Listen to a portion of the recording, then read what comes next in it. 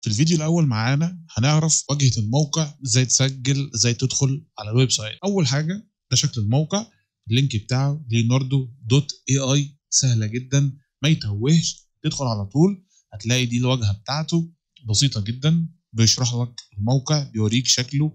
هتلاقي عندك هنا الكرييشنز اللي الناس عاملاها او التوب كرييشنز اللي معموله على الموقع.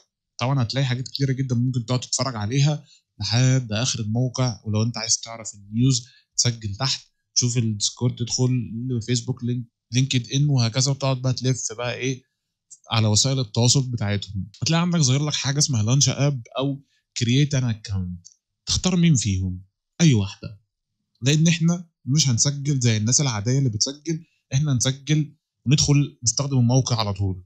هتدوس على لانش اب، بعد كده انت هتلاقي يس اي ام وايت ليستد، او ان انت تدخل البيانات بتاعتك عشان الايرلي اكسس وهكذا والكلام ده. فكك، احنا مش هندخل بيانات، احنا وايت ليستد. هتدوس على يس اي ام وايت ليستد، بعد كده بيظهر لك صفحه تانية. انا عشان مسجل بس، كنت بسجل قبل كده وبعيد من جديد.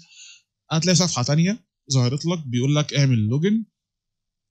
انت طبعا ممكن لو عندك اكونت مسبق ومش فاهم حاجه وجاي تفهم الموقع، اعمل لوجن.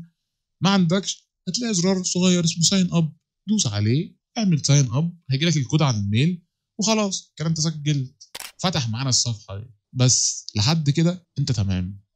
تلاقي عندك شويه حاجات في الموقع. استنى الفيديو الجاي هفهمك بقى الحاجات دي بتعمل ايه.